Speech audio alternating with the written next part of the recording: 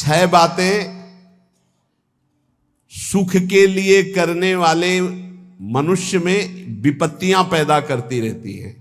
पहला, जो भजन से विमुख है और स्वार्थ परायणता में रत है। स्वार्थ परायण, कैसे धन बढ़े, कैसे भोग सामग्री बढ़े, कैसे कैसे, और भजन से विमुख है, वो कुछ भी कर ले परिणाम में उसे विपत्ति ही भोगनी पड़ेगी। वैसे हमें लगता है ये लिख लेना चाहिए, बिना भजन के कुछ भी कर लो परिणाम में आपको विपत्ति भोगनी पड़ेगी। हनुमान जी महाराज कहे, हनुमंत विपत्ति प्रभु सोई, जब तो सुमिरन भजन न होई।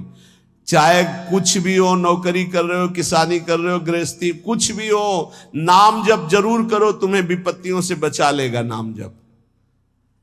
दूसरा, जो शरीर में शैतान वास करते हैं, उन शैतानों को जो अपने अधिकार में नहीं लिया उसको विपत्ति प्राप्त होती। शैतान काम, क्रोध, लोभ, मोह, मद, मत्सर, ये दुराचार कराने वाले शैतानों को जो अपने अधिकार में नहीं ले लेता, उनके अधिकार में समर्पित हो जाता है, उसको विपत्ति पे विपत्ति भोगनी पड़ती है। पहला, जो नाम जप ना करके केवल स्वार्थ के कार्यों में रत रहता है, कुछ भी कर ले विपत्ति भोगनी पड़ेगी। दूसरा, जो अपने शरीर को ये अंदर बैठे हुए शैतानों के हवाले समर्पित कर देता है, उनकी गुलामी स्वीकार कर लेता है, काम, क्रोध, लोभ, मोह, मद, मत्सर इनको शासन में नहीं लेता, उसको जीवन भर विपत्ति भोगनी पड़ेगी, शारीरिक, मानसिक, लौकिक, पारलौकिक। तीसरा, जो मृत्यु की तैयारी नहीं करता, उसे विपत्ति ही विपत्ति भोगनी पड़ेगी। मृत्यु की तैयारी कई बार चर्चा हो चुकी है। मृत्यु की तैयारी, यहां जीने की आशा में सब लगे हुए हैं, लेकिन मृत्यु की तैयारी कौन कर रहा है? वही जो गुरु कृपा पात्र है, वो मृत्यु की तैयारी कर रहा है। नहीं, सब बैंक बैलेंस की तैयारी कर रहे हैं, सब नाना प्रकार के भोग इकट्ठे करने की तैयारी कर रहे हैं। तुम्हारे बाप बाबा तुम्हें इतना कमा के नहीं देंगे कि तुम बैठे बैठे खाओ, तो तुम कमा के जब इतना जाओगे ना, तो ये बैठे बैठे इतना उपद्रव करेंगे कि जेल जाएंगे, नरक वाले काम करेंगे। नहीं, ये सुधरेंगे। ये सुधरेंगे तब जब इनको ठोकरें लगेंगी और स्वयं में ये तैयार होंगे, तब ये लोक परलोक संभाल लेंगे। ये भोग सामग्री से सुधरने वाले नहीं। अगर आप सोचते हो अपने परिवार को मैं इतना भोग सामग्री इकट्ठा कर दूंगा सुखी हो जाएंगे, तो अपने परिवार की दुर्गति का स्थान बना करके जा रहे हो। परिवार को सतमार्ग, धर्मयुक्त बनाकर जाओ तो वो सुखी रहेंगे। अधर्म से कमाए हुए धन से परिवार को सुखी करने की चेष्टा करने वाला हर समय विपत्ति में ही फंसा रहेगा समय आने पर। मृत्यु की तैयारी न करने वाला विपत्ति में फंसता है। चौथा है, जो दूसरे के रिझाने में पूरा जीवन बर्बाद कर देता है। दूसरे के रिझाने, ईश्वर से विमुख होकर दूसरों को संतुष्ट करने में पूरा जीवन व्यतीत कर देता है, उसको विपत्ति भोगनी पड़ती है। पांचवा, जो सतोगुणी भोजन, सतोगुणी वार्ता, सतोगुणी कार्यों को छोड़कर राजसिक और तामसिक भोजन करता है, राजसिक तामसिक क्रियाएं और वार्ता करता है, उसे विपत्ति भोगनी पड़ती है। छठवां, जानते हुए अपने दोषों का समर्थन करता है और दूसरे को निंदास्पद शब्दों से संबोधन करता है। बड़ा विचित्र समय आ गया है। कल एकांतिक में कह रहे थे कि हजारों लोग जिस बात को आप मना करते हैं उसका सपोर्ट कर रहे हैं, तो फिर हम उसी बात को मानेंगे जिसे हजारों लोग, तो हजारों लोग गलत करें तो वो गलत को गलत नहीं बोलोगे, सपोर्ट करने लगोगे। हजारों गलती कर रहे हैं तो तुम उसी गलती को सपोर्ट करोगे। हजारों शराब पी रहे हैं तो तुम शराब को सही मानोगे। हजारों मांस खा रहे हैं तो आप उसको सही का निशान दे दोगे। हजारों व्यभिचार कर रहे हैं तो तुम सही का निशान दे दोगे। तुम्हारी बुद्धि भ्रष्ट हो गई। धर्म शास्त्रों के विरुद्ध आचरण करने वाले चाहे करोड़ों हो जाएं तो भी उसका विरोध होता रहेगा। अगर अंदर से आप विरोध करोगे तो निकल जाओगे दुर्गुणों से। यही बात कह रहे हैं, अपने दोषों का समर्थन करने वाले की दुर्गति होती है, विपत्ति में फंसता है। भगवान कह रहे त्यागाच्छांतिरनंतरम, और उपदेश दिया दे रहा भोगाच्छांतिरनंतरम। शास्त्र सम्मत जगत गुरु भगवान श्री कृष्ण की बात से बढ़कर किसकी बात होगी? ब्रह्म ऋषि जन भगवान की ही तो दी हुई बातों का अनुभव करके बोलते हैं। ये कौन सी रीति चल गई है? मनमानी आचरणों को साधना कहा जाता है। अपने दोषों का समर्थन करके उसे कहा जाता है वो पुराने जमाने की बातें थी, अब ये बातें माननी पड़ेगी। नहीं, ये 6 बातें जिनमें हैं उनको विपत्ति भोगनी पड़ेगी। करते सुख के लिए परिणाम दुख मिलता है। जो आनंद की प्राप्ति करना चाहते हैं वो जगत में नहीं है, वो प्रभु में है। इसलिए सहनशील बनो, आए हुए अंदर काम वेग को, क्रोध वेग को, लोभ के वेग को सहना सीखो। जो सहन करता है वही साधक है, जो सहन कर जाता है वही महात्मा है। जो अपने दोषों का शोधक है, शोध कर दोषों का त्याग करता है, वही जगत का उद्धार करने वाला महात्मा बनता है। याद रखना, जो प्रभु के उपदेश से बिलक चलता है वो कभी महात्मा नहीं हो सकता, वो इंद्रियों का गुलाम हो सकता है। प्रभु की आज्ञा के विपरीत चलने वाला कभी महात्मा नहीं हो सकता है। ये महापुरुषों की वाणी है। हम तुम्हें एक ऐसा मार्ग बताते हैं जिस मार्ग में चलने से बहुत जल्दी आप ईश्वर के समीप पहुंच जाओगे। वो नाम जप करते हुए किसी से और ईश्वर से भी कोई चाह ना रखना, बहुत जल्दी भगवत प्राप्ति हो जाएगी। हम तुम्हें एक ऐसा मार्ग बताते हैं जो चलने पर बहुत जल्दी भगवत साक्षात्कार करा देता है। किसी से भी और ईश्वर से भी कोई चाह ना रखो, बहुत जल्दी भगवत प्राप्ति हो जाएगी। नाम जप करते हुए कोई चाह ना रखो, बहुत जल्दी भगवत प्राप्ति हो जाएगी। और याद रखना, जो नाम जप करता है ईश्वर से कोई चाह नहीं रखता, तो ईश्वर उसकी ऐसे चिंता करता है जैसे छोटे बच्चे की मां चिंता करती है। किस समय उसको बाल भोग देना, किस समय उसको दुग्ध पान कराना, किस समय उसे स्नान कराना, ये मां की चिंता है, ना कि बालक की। जो ना किसी से चाहता है ना ईश्वर से चाहता है, खूब नाम जप करता है, उसे बहुत जल्दी भगवत प्राप्ति हो जाती है। निष्प्रयोजन भार स्वरूप उनका जीवन होता है जो भजनहीन होते हैं, बिल्कुल बेकार मरा जीवन। जिन हरि भगत हृदय नहीं आनी, जीवित सौ समानते प्राणी। क्या मुर्दे का सा जीवन है।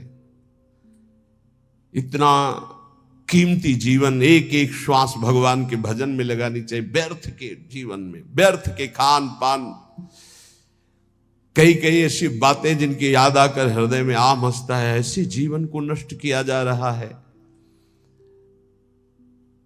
भ्रमण में सब दृश्य देखे हैं। गंगा का किनारा पावन तपस्वियों के लिए भी और राक्षसों के लिए भी है।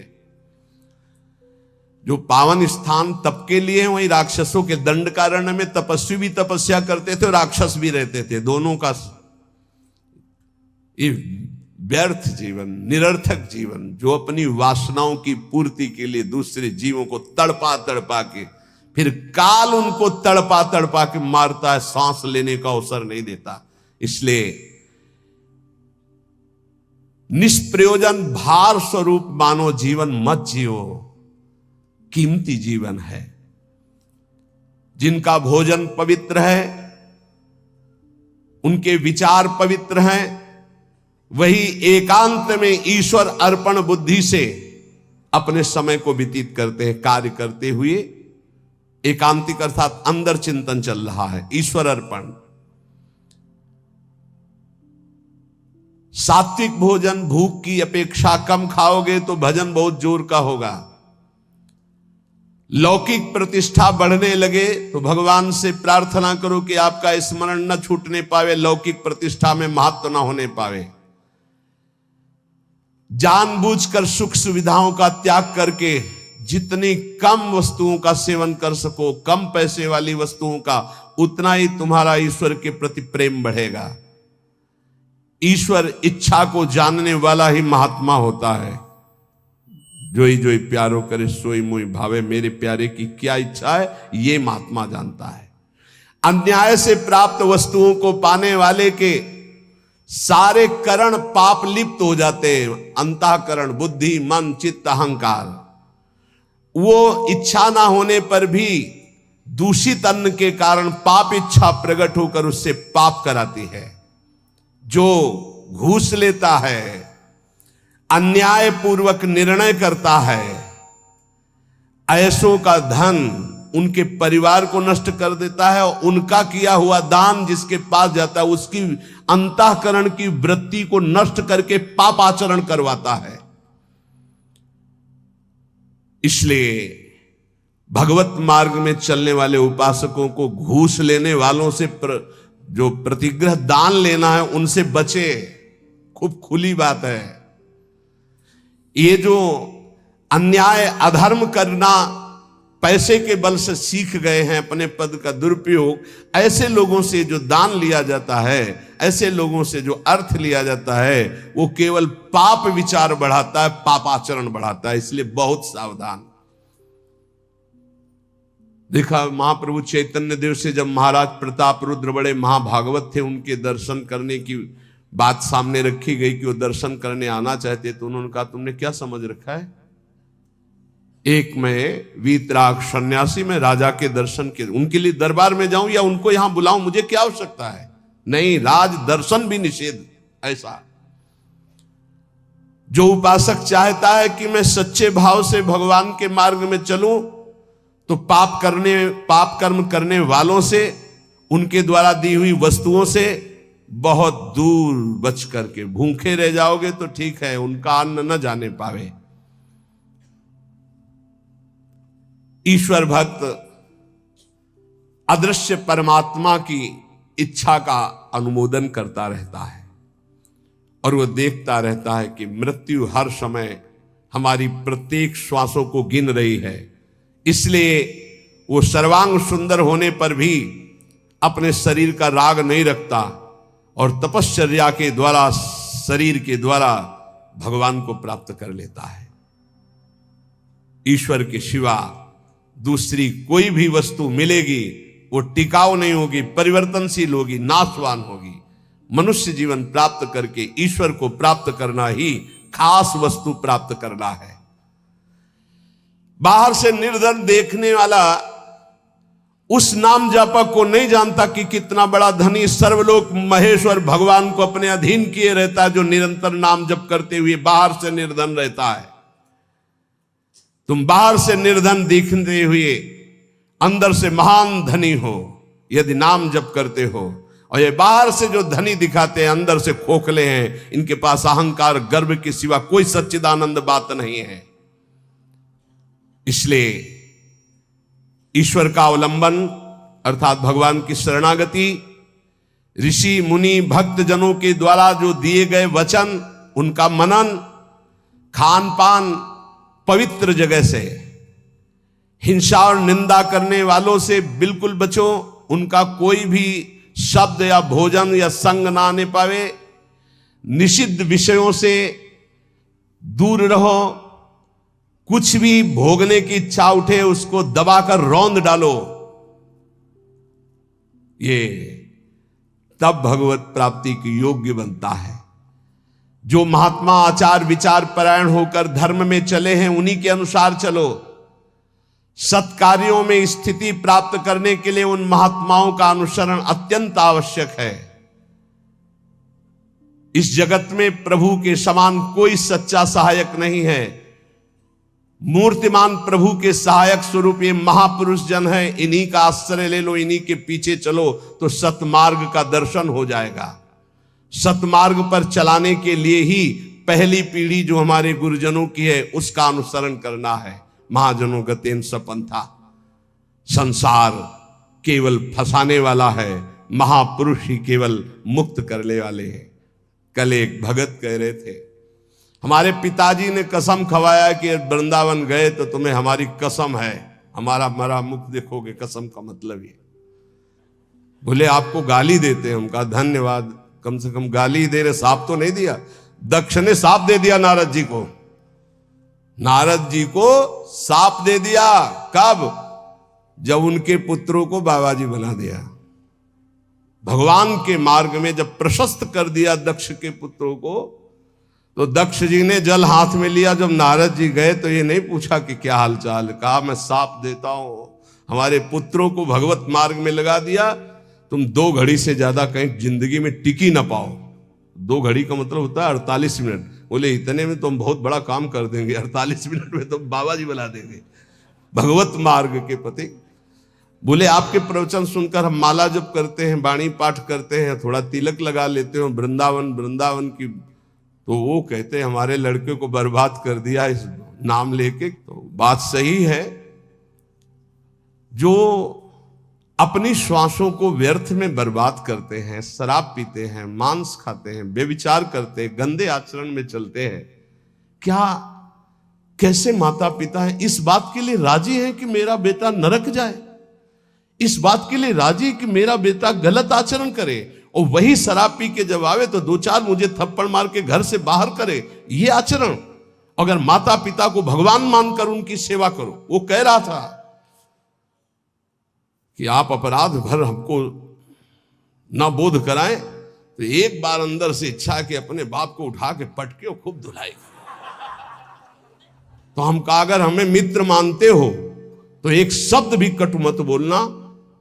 गुरु मानते हो कि नहीं वो तो तुम जानो, दोस्ती के लिए तो हम हाथ फैलाते हैं, हम हित मित्र हैं। अगर हमें मित्र मानते हो तो ऐसे माता पिता के रोज पैर छुओ, उनमें भगवान की भावना करो और मेहनत करो, लेबरी करके भी कमाओ और उनको खवाओ पियाओ, और वो जब हमारी निंदा करें तो कान में अंगुली डाल लो और अपने सतमार्ग में चलो। बड़ा विचित्र समय है। जो माता पिता प्रथम गुरु कहे गए हैं,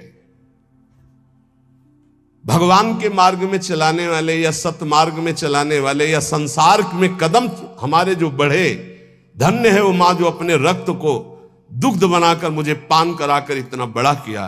धन्य है वो पिता जो मेहनत करके हमको पढ़ाया लिखाया। अब वो चाहे जितना कड़ुआ बोले, हम उसे भगवान की तरह पूजेंगे। सबको ये मानना चाहिए। उनकी वृद्धावस्था वो कुछ भी बोल सकते हैं, बड़े लोग हैं, हमें उनकी सेवा करनी और सतमार्ग में चलना है। तो यहां कह रहे कि महापुरुषों के सिवा अपना कोई सतमार्ग बताने वाला नहीं, इसलिए संतों की बात को मानना चाहिए। वो अहेतुकी मित्र हैं, तुम्हारा अमंगल नहीं कर सकते हैं। इस जगत में प्रभु के समान कोई सच्चा सहायक नहीं, और प्रभु ही महापुरुषों के रूप में प्रेरित करते हैं आकर के अपने मार्ग को। इसलिए मन को सत्य मार्ग में चलाने के लिए पहली सीढ़ी संत महापुरुषों के वचनों के आधार पर चलो।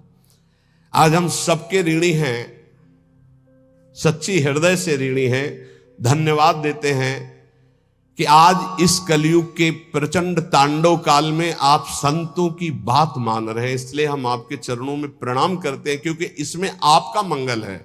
आप स्वस्थ रहेंगे, आप भगवत भजन करते हुए अच्छे आचरण वाले रहेंगे, तो आप हमारे बहुत बड़े हितैषी हुए। क्योंकि आप सुखी हैं, आपका मंगल हुआ, तो मेरे कर्तव्य का पालन हो गया, मेरे साधु वेश का धारण करना सार्थक हो गया। आप हमारे बड़े सहयोगी हैं, आप हमारी भागवती उन्नति के बहुत बड़े कारण बन गए। क्योंकि हम धन्यवाद के पात्र तभी बनेंगे जब हमारी बात को मानकर आप धन्य हो जाएंगे। हमारा कल्याण हो गया, हमारा मोक्ष हो गया तो बहुत छोटी बात है। अगर हमारी बात से आपका कल्याण न हुआ तो हमारी बात की बात क्या रहेगी? तो हमारी बात को सार्थक और समर्थ बनाना आपका कर्तव्य है। यदि आपने अपने कर्तव्य का पालन किया तो मेरे कर्तव्य का अपने आप पालन हो जाएगा कि मेरा साधु वेश धारण करना, मेरा जीवन धारण करना, मेरा भजन करना, मेरा सतमार्ग में चलना सार्थक हो गया। हमारे देश के यदि 2-4 हजार लोग भी कुमार्गगामी प्रवृत्तियों को छोड़कर भगवत मार्ग में चल रहे तो हृदय से आशीर्वाद देता हूं। आशीष देने के लिए तपस्या की जरूरत नहीं होती। मां अपने बच्चे को आशीष देती तपस्या से नहीं, दुलार से। आप स्वस्थ रहिए, आपकी बुद्धि स्वस्थ रहे, आपके जीवन का परम लक्ष्य भगवत प्राप्ति आपके हाथ में आवे, आप कभी गलत आचरणों में ना फंसे। अगर वार्ता को सुन करके अपने मन में धारण करेंगे तो निश्चित ये वस्तु आपको प्राप्त होगी, क्योंकि हमारा जन्म सिद्ध अधिकार है भगवत प्राप्ति करना। जो संतों में पूर्ण श्रद्धा रखते हैं, अध्यात्म विषय में चलना चाहते हैं, उनको परमात्मा साक्षात्कार निश्चित हो जाता है। जो संतों में पूर्ण विश्वास करते कि ये जो कह रहे हैं सत्य है। कभी भी अगर दान शब्द का आया है तो मन का दान कीजिए, श्वासों का दान कीजिए, अपने जीवन का एक एक कर्म भगवान को समर्पित कर दे। ये शुद्ध बातें परमार्थ की। अगर कभी दान पुण्य की बात चली तो पहले कह दिया है कि शास्त्र में लिखा है इसलिए पढ़ रहा हूं, हमारी आस्था इस पर नहीं है। हमारी आस्था का विषय हर श्वास भगवान नाम स्मरण हो, यही जीवन का परम लाभ। भगवान श्री कृष्ण चंद्र जी कृपा करके वर्णन करते हैं कि जब साधना अवस्था से सिद्धावस्था में उपासक पहुंचता है तो उसकी स्थिति क्या होती है? बोले यदृच्छालाभ संतुष्टो द्वंद्वातीतो विमत्सरः समा सिद्धाव सिद्धौ च कृत्वापि न निबध्यते। अपने आप जो कुछ भगवान की इच्छा से व्यवस्था हो जाती है उसमें वो संतुष्ट रहता है सिद्ध पुरुष। तो साधक को सिद्धों का अनुसरण करना चाहिए। जथा लाभ संतोष सदा काहू सो कछु न चाहोगे, बहुत बड़ी सिद्धि है। यदि अच्छा लाभ संतुष्टो, मांगना बंद कर दो, ना भगवान से मांगो ना किसी मनुष्य से मांगो, मांगना बंद कर दो। यहां कह रहे मांगो मत, तो ऐसे देने के लिए बोलो मत। दोनों बातें संभाल के। भगवान की इच्छा है ऐसे कर दिया, नहीं आया तो बोलना नहीं। कभी तुम बोलो मत और कभी तुम मांगो मत। ऐसे बोलने से अपराध लगता है और ऐसे मांगने से अपने इष्ट की निष्ठा जाती है। और बोल दिया तो कर्जा समझ लेना, और मांग लिया तो आश्रय छूट गया, ये बात समझ लेना। दोनों को अपनी अपनी निष्ठा में रखना है। ना मांगना है और ना देने के लिए बोलना है। ऐसे दे दो, कोई जान नहीं पाया। और जैसे हरि रखते हो वैसे रह जाओ और उसका एहसान मत मानो देने वाले का, तो दोनों का परमार्थ पुष्ट हो जाए। यदृच्छा लाभ संतुष्टो। बिल्कुल ये हम विनोद में बहुत खास बात बता रहे हैं। कभी संतों से, कभी भगवान के सामने, कभी ऐसे जैसे एक आए थे कि हमने कहा था कि हे हनुमान जी हमारा काम हो जाएगा तो आपको मंदिर बनवाएंगे। तो काम तो हो गया महाराज, मंदिर नहीं बना तो हमारी दुर्गति होगी। हमका पक्की, इसमें पक्की इसमें कच्ची नहीं होगी। देखो भगवान के सामने संकल्प मत करो। अगर आपको कोई मांग रखनी, देखो सत्संग सुलझाव का है। सत्संग मतलब सुलझना। हमारे बाप हो, हे प्रभु मुझे ये चाहिए। जैसे अपने मम्मा और पप्पा से मांगते तो कैसे मांगते? हमें चाहिए।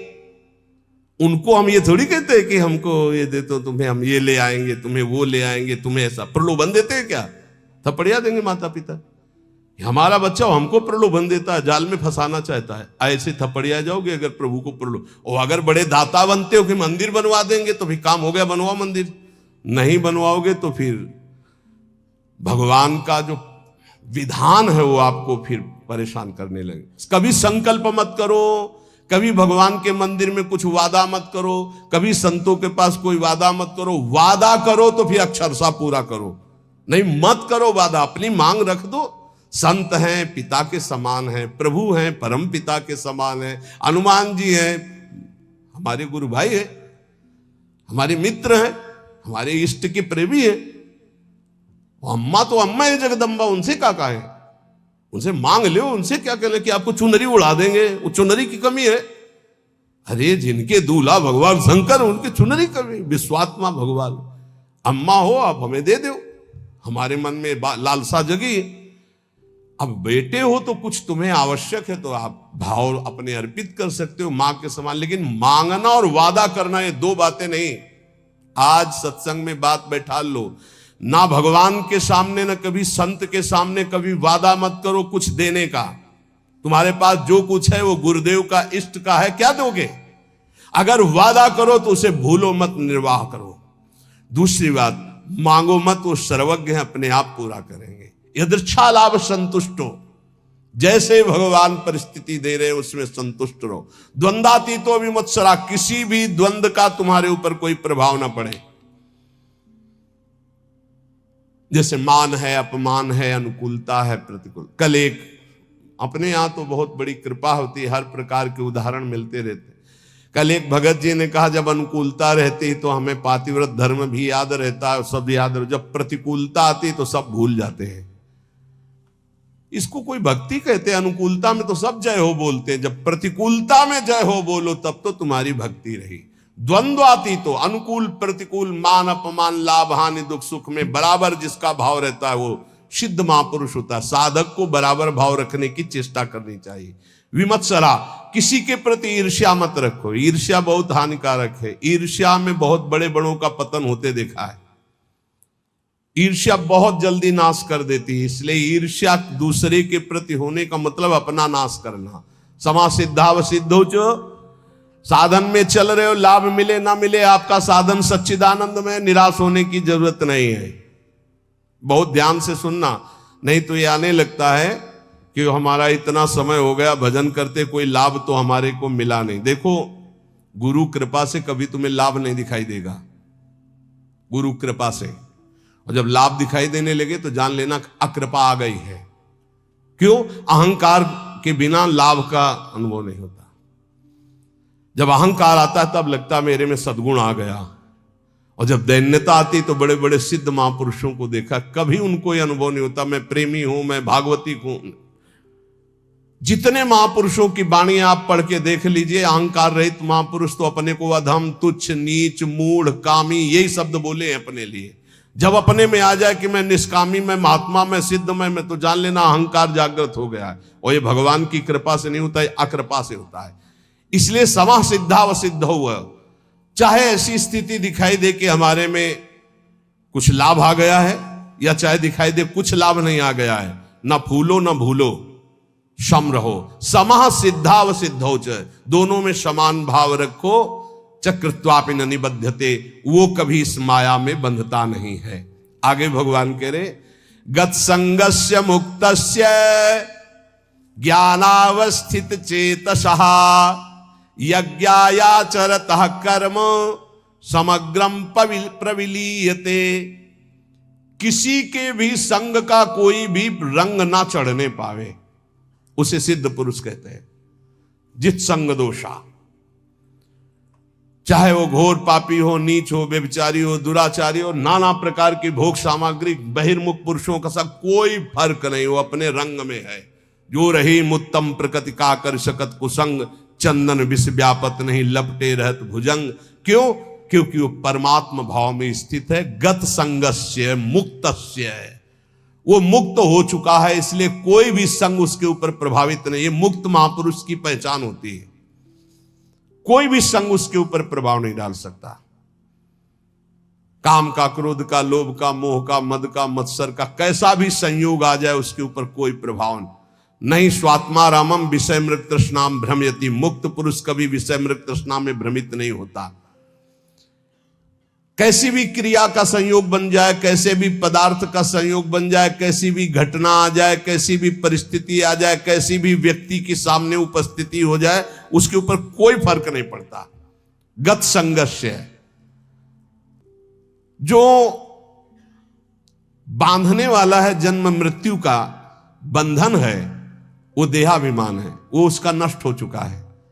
इसलिए किसी भी तरह का कोई भी विकार उसके अंदर हावी होता ही नहीं है। इसी स्थिति को कर्माणि श्रुति बोधितान नितराम कुर्वंत कुर्वंत मां गूढ़ाश्चर्य रसास्त्रगादि विषयान गृह्णंत मुंचंतु वा। वो भोग की सामग्री के बीच में भोग में दिखाई दे रहा है, लेकिन वो भोग में नहीं है। वो कर्म करते हुए भी कर्म से रहित है। वो देखते हुए भी देखता नहीं, सुनते हुए भी सुनता नहीं, बोलते हुए भी बोलता नहीं, खाते हुए भी नहीं खाता है, क्योंकि वो मुक्त महापुरुष है, देहाभिमान रहित है। लोक संग्रहार्थ उसके धर्म कार्य हो रहे हैं, लेकिन उनका कोई फल नहीं है। वो असंग है। क्यों? बोले मुक्तस्य है, वो मुक्त पुरुष है। तो साधक को इसका अनुसरण करना है।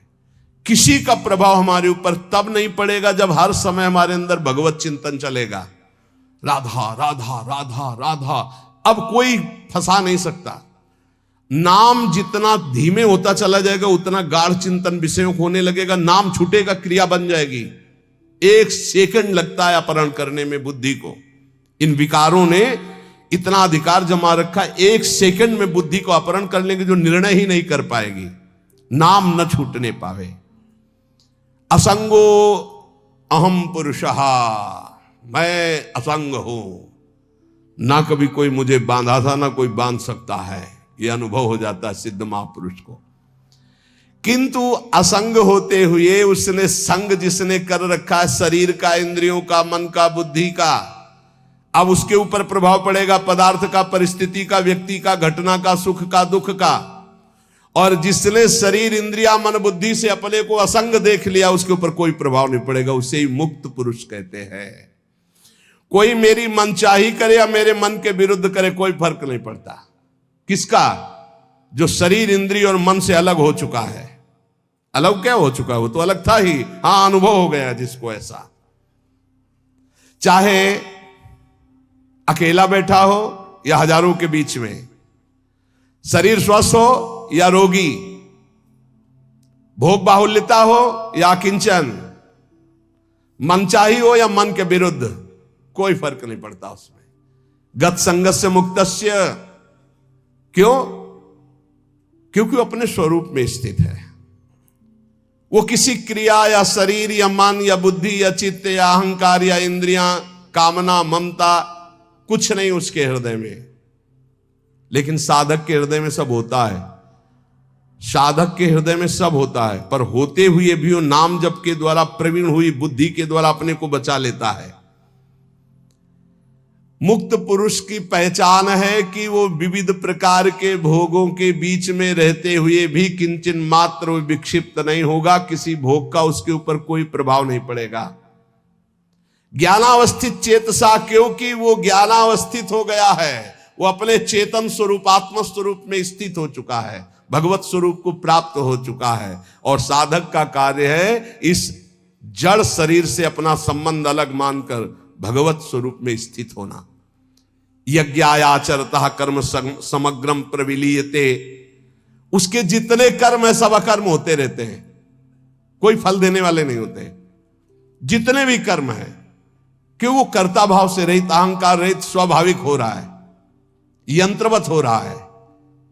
साधक ऐसा नहीं होता है, वो कर्ता होता है। अब उसको क्या करना है कि वो ना फंसे, हर कर्म भगवान को अर्पित करना है। अगर भगवान को कर्म अर्पित कर दिए तो वो भी अकर्म हो गए, वो फल देने में समर्थ नहीं होते। आगे आएगा समझ में। ब्रह्मार्पणम ब्रह्म हविर ब्रह्माग्नौ ब्रह्मणाहुतम ब्रह्मैव तेन गंतव्यम ब्रह्म कर्म समाधिना। कर्ता, करण, कर्म, ये 3 हैं। कर्ता जो कर्म करने वाला है, करण जिनके द्वारा होता है, और जो होता है उसे कर्म कहते हैं। कर्ता, करण, कर्म, इन 3 के द्वारा बंधन प्राप्त हुआ है। न करता रहा तो करण है और कर्म हो रहा है तो फल उसका अकर्म है। जैसे इंजन बंद कर दे और ढलान में गाड़ी छोड़ दे तो न पेट्रोल का खर्चा होगा, वो अपने आप चलती चली जाएगी। इंजन बंद है, बस ऐसे समझ लो। स्वाभाविक प्रवाह कर्म का चल रहा है, कर्ता इंजन बंद है, कोई भी खर्चा नहीं है, कोई भी बंधन नहीं है, वो जीवन मुक्त महापुरुष। कर्तापन रहेगा तो कर्म का भोग भोगना पड़ेगा, अवश्य में भोक्तव्यम कर्तम कर्म शुभाशुभम। कर्तापन रहेगा तो कर्मों का संचय होगा, उसका भोगना पड़ेगा। कर्म भोगने के लिए जन्म लेना पड़ेगा, जन्म मरण चलता रहेगा। कैसे नष्ट होगा कर्ता भाव? एक होता है ज्ञान से नष्ट होता है, एक होता है भगवत भाव से। हर कर्म बड़ी प्रवीणता पूर्वक भूलो मत, प्रभु को समर्पित कर दो, बच जाओगे, बच जाओगे। नाम जप करो, जो भी कार्य करो, सुबह जगने से लेकर शयन तक पूरे समय को भगवान को अर्पित कर दो। ये भागवत धर्म में बचा लेगा आपको, मान लो। जो त्रुटियां होगी वो भस्म हो जाएंगी कर्म समर्पण से। थैंक यू सो मच दोस्तों, दिल से धन्यवाद, बहुत बहुत आभार हमारे वीडियो को सपोर्ट करने के लिए, लाइक करने के लिए। हमारे यूट्यूब फैमिली को बहुत बहुत धन्यवाद, दिल से आभार। दोस्तों, नाम जप ही एक ऐसा मात्र रास्ता है जो आपके जीवन को उद्धार कर सकता है। तो नाम जप कीजिए और जीवन में खुश रहिए। राधे राधे।